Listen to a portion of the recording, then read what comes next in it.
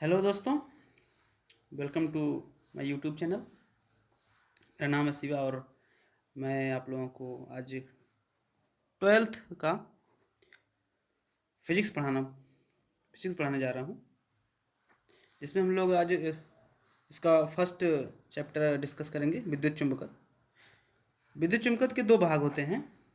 एक होता है फर्स्ट स्थिर विद्युत स्थिर वैद्युतिकी जिसे बोलते हैं, या फिर इंग्लिश में बोलते हैं इलेक्ट्रोस्टैटिक्स। और इसका जो दूसरा भाग होता है उसे बोलते हैं विद्युत गतिकी।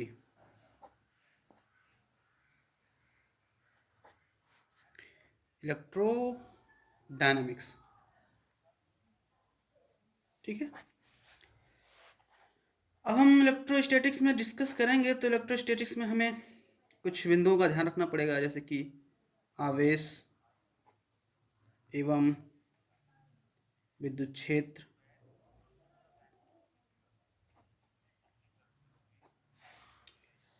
दूसरा हो जाएगा बिंदु इसका विभव, और भी बहुत सारे पॉइंट हैं। विभव के बाद इसमें विभवांतर समझेंगे, क्या होता है विभवांतर, फिर संधारित्र। ये सब कुछ बिंदु हैं जिनके बारे में हम लोग डिटेल में समझेंगे, लेकिन फिलहाल के लिए अभी हमें इसमें से स्टेप बाय स्टेप पढ़ना आगे। अभी हम समझना चाहेंगे आवेश के बारे में, कि आवेश क्या होता क्या है। आवेश, चार्ज जिसे बोलते हैं इंग्लिश में, ये होता क्या है। उससे पहले हमें जानना होगा कि स्थिर वैद्युतिकी क्या है। कहने का मतलब है कि विज्ञान की वह शाखा जिसके अंतर्गत हम आवेश के अभिलाक्षणिक गुणों का अध्ययन करते हैं, उसे स्थिर वैद्युतिकी कहते हैं। अब देखिए, इसकी परिभाषा में ही आवेश का जिक्र हो रहा है, तो हमें सबसे पहले आवेश के बारे में जान लेना चाहिए कि आवेश आखिर होता क्या है। तो आवेश, जैसे किसी पिंड के बारे में बात करें कि आवेश किसी पिंड का वह गुण है, आवेश किसी पिंड का वह गुण है जो इलेक्ट्रॉन की कमी या उसकी अधिकता से उत्पन्न होता है। सिंपल भाषा में ऐसा कह सकते हैं कि आवेश किसी पिंड का वह गुण है जो इलेक्ट्रॉन की कमी या अधिकता से उत्पन्न होता है। किसी पदार्थ का वह गुण जिसके कारण उसमें विद्युत तथा चुंबकीय प्रभाव उत्पन्न होते हैं, उसे विद्युत आवेश कहते हैं। ठीक है, ये इसकी परिभाषा हो गई। लेकिन इसको समझने के लिए हमें जो है थोड़ा सा इसका एक प्रैक्टिकल करना पड़ेगा। तो इसका हम डिफिनीशन इसकी लिख देते हैं। किसी पदार्थ का वह गुण, किसी पदार्थ का वह गुण जिसके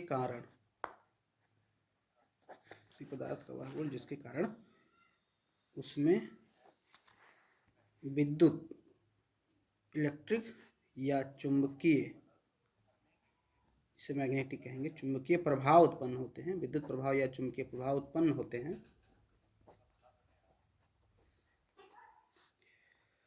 उसे विद्युत आवेश कहते हैं। विद्युत आवेश कहते हैं, कहलाता है, कह सकते हैं। ठीक है।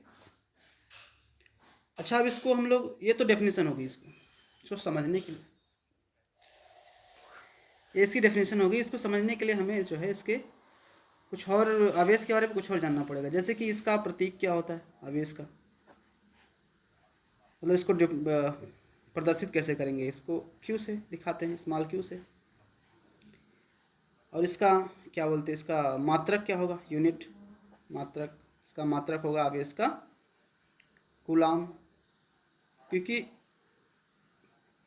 कूलाम नामक वैज्ञानिक ने इसका आविष्कार किया था, इसलिए इसका मात्रक कूलाम है। ठीक है, तो समझते हैं हम लोग।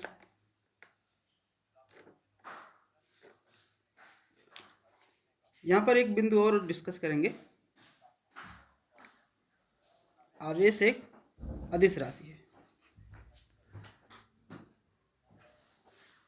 अदिश राशि है। अब यहाँ पर एक ये बहुत ज़रूरी चीज़ है कि हमें ये जानकारी होनी चाहिए कि अदिश राशि क्या होती है और सदिश राशि क्या होती है। राशियाँ दो तरह की होती हैं, एक अदिश होती है, एक सदिश होती है। लेकिन हमें जानना है कि अदिश क्या होता है और सदिश क्या होता है।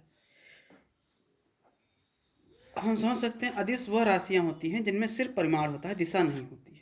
सदिश राशि उन्हें कहते हैं जिनमें परिमाण और दिशा दोनों होती हैं।